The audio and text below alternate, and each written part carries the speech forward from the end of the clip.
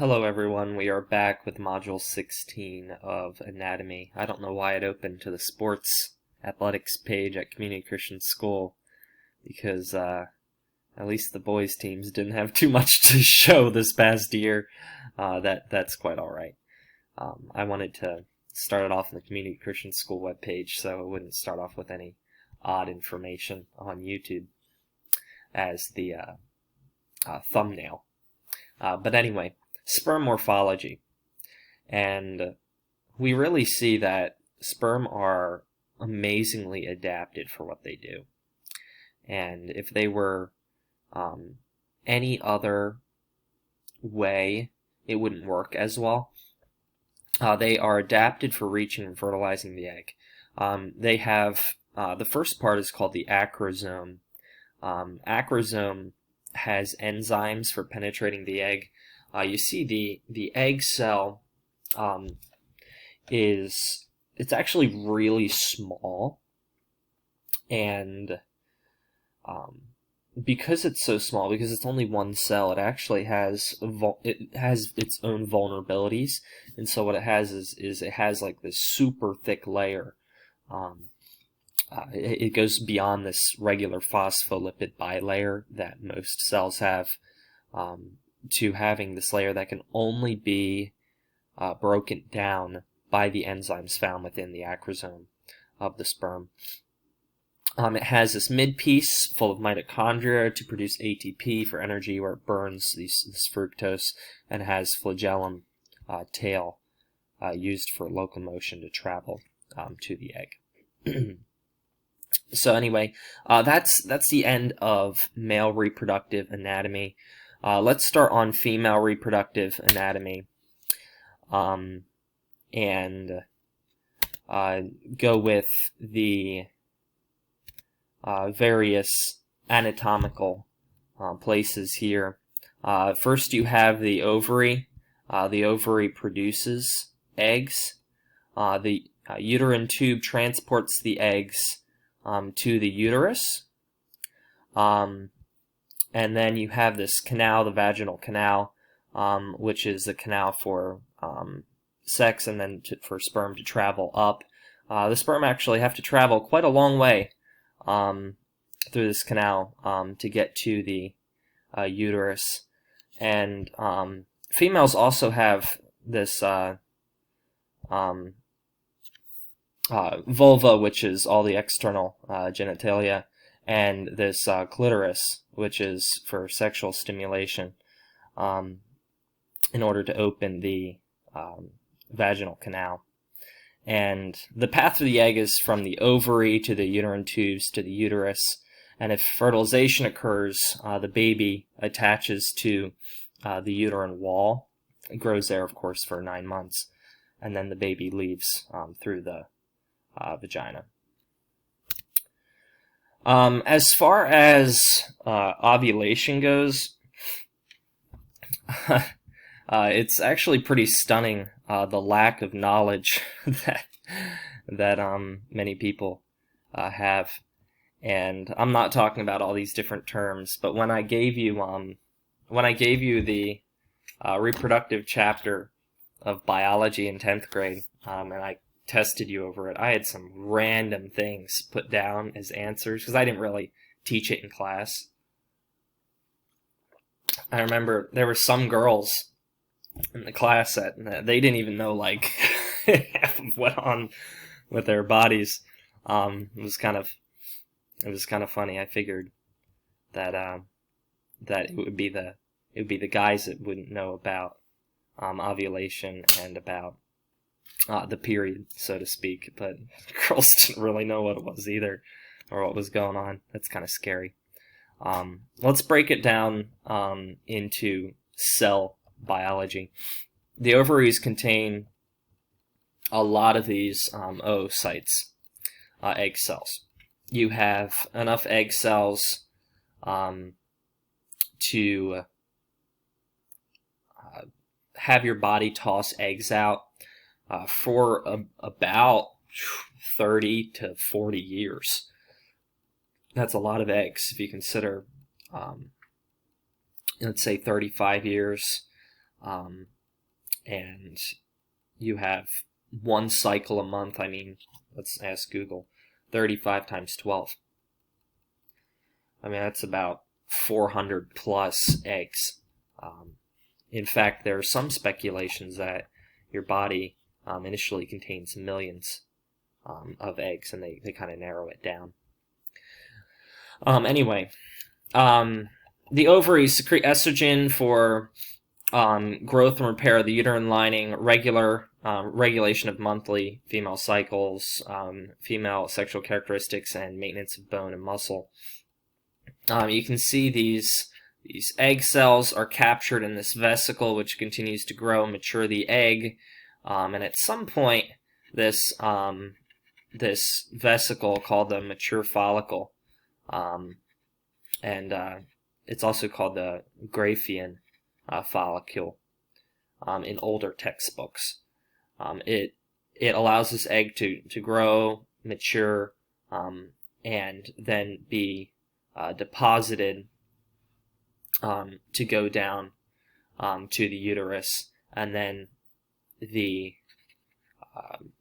mature follicle clots, goes away, and then reforms the next month. And this is a cycle called ovulation, and or the cycle is not called ovulation. The ovulation is the release of the egg, I should say, and that happens every single month. Mammary glands, also unique to female mammals, are modified sweat glands that produce milk, called lactation is the production of milk. Adipose, or the fat tissue, determines the size. The areola is the pigmented area around the nipple. There's lots of different hormones which control milk production. Consider estrogen, which develops the ducts within the breasts. Progesterone, which develops the milk-secreting glands, which are called alveoli. Prolactin stimulates milk synthesis, and oxytocin stimulates milk ejection from the alveoli. And all of these things happen, of course, this milk production and secretion happen shortly before pregnancy, and then of course after pregnancy until breastfeeding is done. And there are a crazy variety of levels of hormones within women. There are certain women that just are unable to breastfeed just naturally, and there are women that have such an overproduction of milk that they actually have to artificially take it out because the baby doesn't eat that much. And either way, there's a lot of hormones involved, and actually a lot of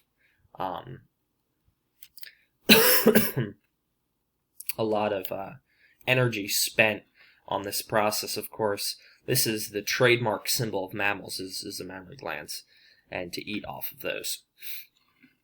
And as being the primary function, indicatory of mammals, there's a lot of course, biological effort put into lactation.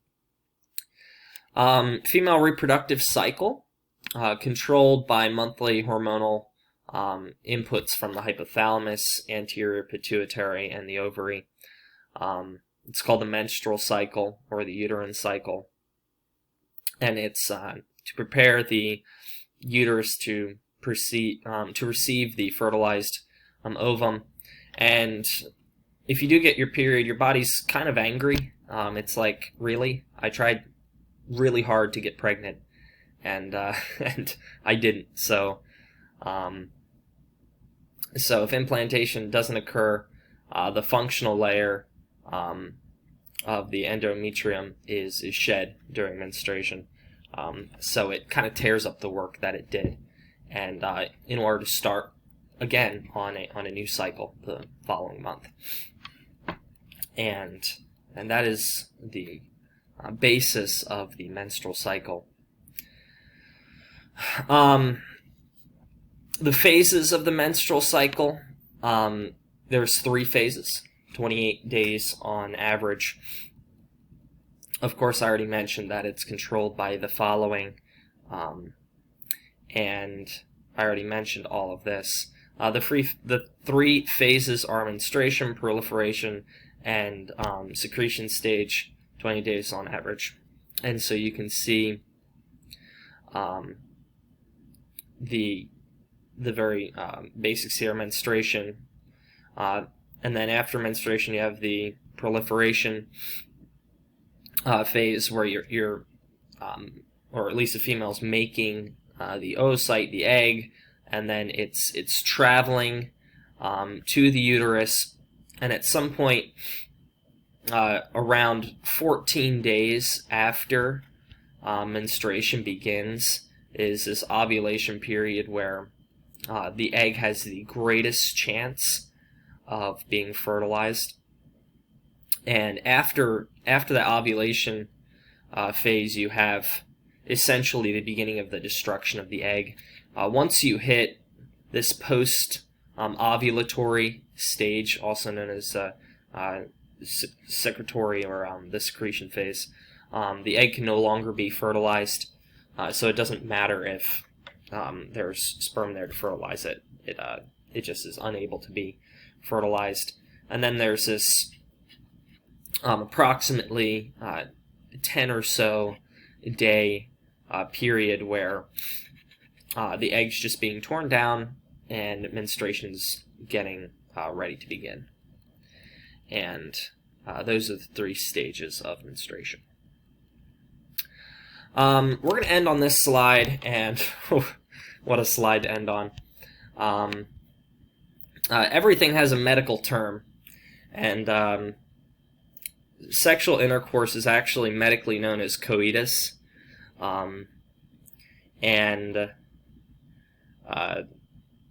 Anyways, just to be frank and to get through this, essentially, the male penis goes through an erection, being filled with blood, and that hardens it to allow to have sex. And then you have ejaculation, which is when semen moves out of the urethra, and there's this period of resolution where sex ends and the penis returns to its original size. And of course, if